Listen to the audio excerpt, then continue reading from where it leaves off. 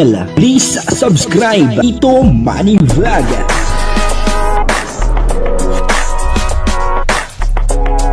Payagan po si Tito Manny Vlog na mag-reactor para pambiling gamot sa kanya pong karamdaman. Wala man siyang records ng ng awa. Naku, eto na po yata ang papalit kay Krista. Magaling kumanta, magaling umawit, magaling din sumayaw. Naku po, ay talagang halos kapareho ni Krista. Papanoorin po natin yung video at syempre alamin po natin kung sino po ito.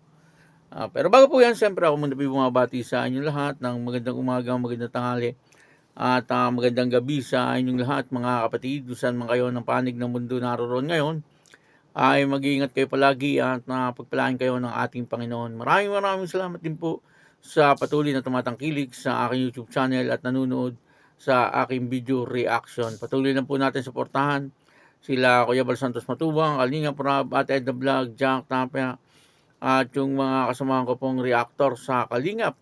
Ganyan din po yung mga charity vlogger na Kalinga partner.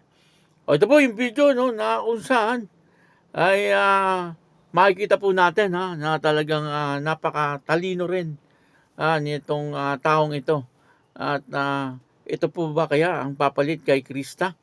Magaling kumanta rin at magaling sumayaw, magaling din umarte.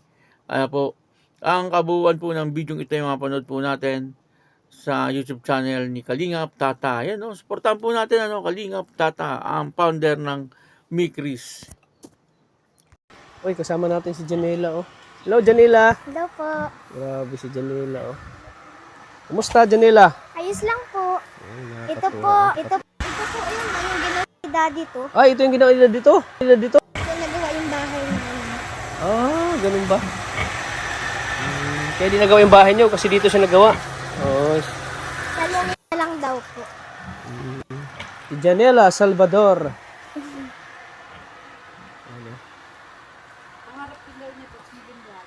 Bakit pangarap mo mag vlogger? Para po maraming sweldo.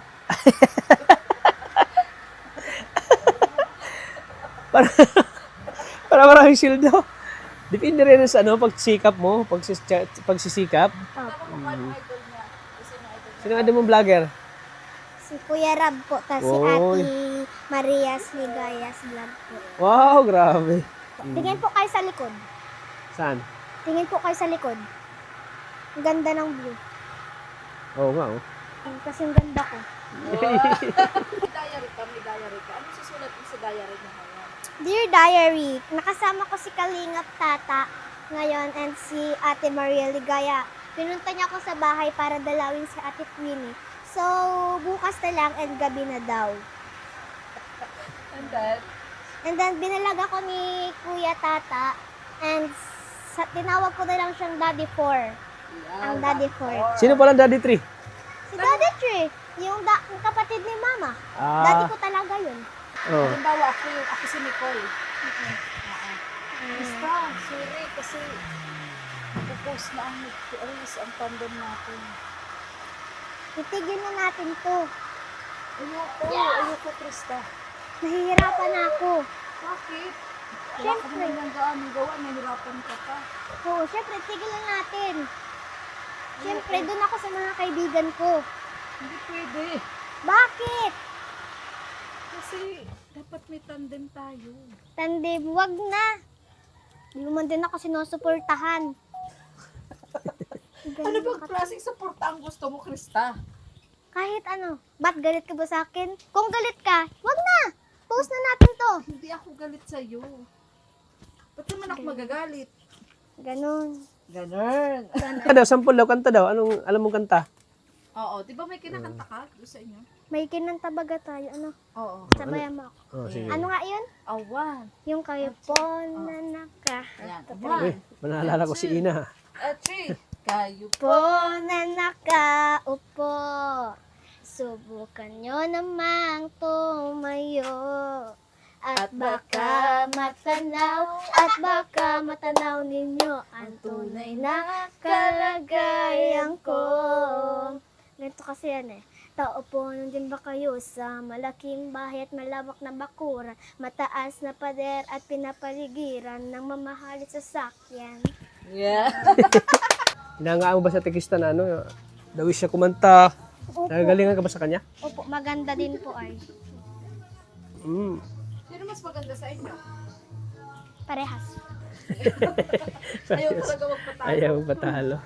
Kung gusto niyo pong mapanood ng buong buo, ano po, itong video ito, ay puntahan niyo lang po yung YouTube channel ni Kalingap Tata. Paki-suportahan po Kalingap Tata at ganoon din po si Maria Ligaya Vlog. Po, at dito ay muling pinuntahan ni Kalingap Tata, itong baboy ni Maria Ligaya. Hindi ko po malaman kung kay Maria Ligaya ito o kay Krista na baboy na pinapaalagaan dito kay Maria Ligaya.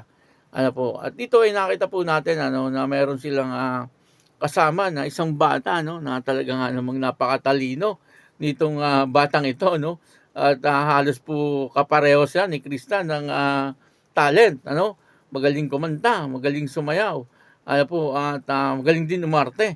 Kaya nakakatuwa itong batang ito kaya nasabi ko na baka ito na ang papalit kay Krista pagka po nag-resign na si Krista sa Kalingap. Pero matagal pa po yan.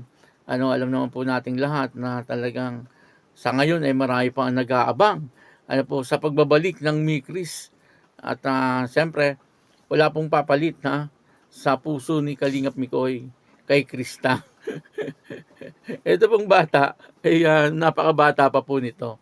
Kumbaga, siguro pagdating po ng panahon, na si Krista ay nag-resign na sa Kalingap, pwedeng pumalit itong batang ito kasi napakatalino rin parang si Krista din itong bata sa tingin ko ay talagang malayo din ang mararating ng batang ito. Kasi medyo mataas din po ang kanyang pangarap at napakagaling niya pong makipag-usap sa mga tao. Parang si Krista nga, si Krista ganun talagang napaka-matured niya, nakausapin. Hindi ko nga akalain na si Krista ay 15 years old pa lang, magsi-16 pa lang. Kala ko mga 18, 19, ganoon na po si Krista nung mga una. Pero nung bandang huli, nalaman ko 15 years old pa lang, Pero yung kanyang pong pananaw sa buhay, hindi po ayon sa edad niya Kasi kung mag-isip po siya, talagang mature na lahat ng kanyang pangarap ay laging kasama ang kanyang pamilya. At saka po yung lahat ng kanyang ginagawa ay para po sa kanyang pamilya. Yun po ang maganda kay Krista, lagi pong kasama ang kanyang pamilya, sa lahat ng kanyang pangarap sa buhay. Siguro kasama rin si Kalingap Mikoy.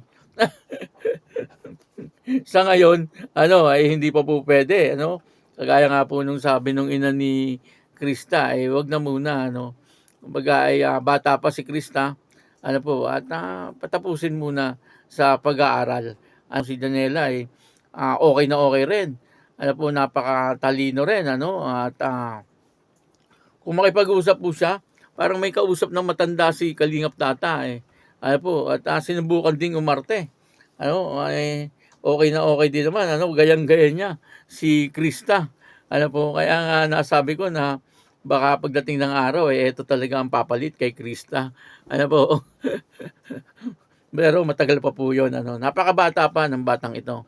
Pero nakikitahan na po natin na talagang darating ang araw na magiging maayos po ang buhay ng batang ito. Sana wag po siya magbago sa kanyang pagiging bibo. Hanggang sa paglaki niya ay dala-dala pa rin niya yung pagiging bibo niya. Kasi yun po ang siguradong magpapayaman sa kanya. Kasi siyempre pag medyo dalaga na siya at bibo pa rin siya talagang at ma-PR may itsura pa naman siguradong malayo po ang kanyang mararating. At alam ko na marami na po ang nakakamiss sa inyo sa Mikris. Huwag kayong mag-alala, baka po sa sunod na araw o sa sunod na linggo ay baka meron na hindi pa po natin alam wala pa pong ina-announce si Kalingap Rab o si Kalingap Mikoy. Abangan lang po natin at darating po yan. Maraming salamat po. Ako po si Tito Manny Vlog na nagsasabing God bless you all. Diyos mabalos.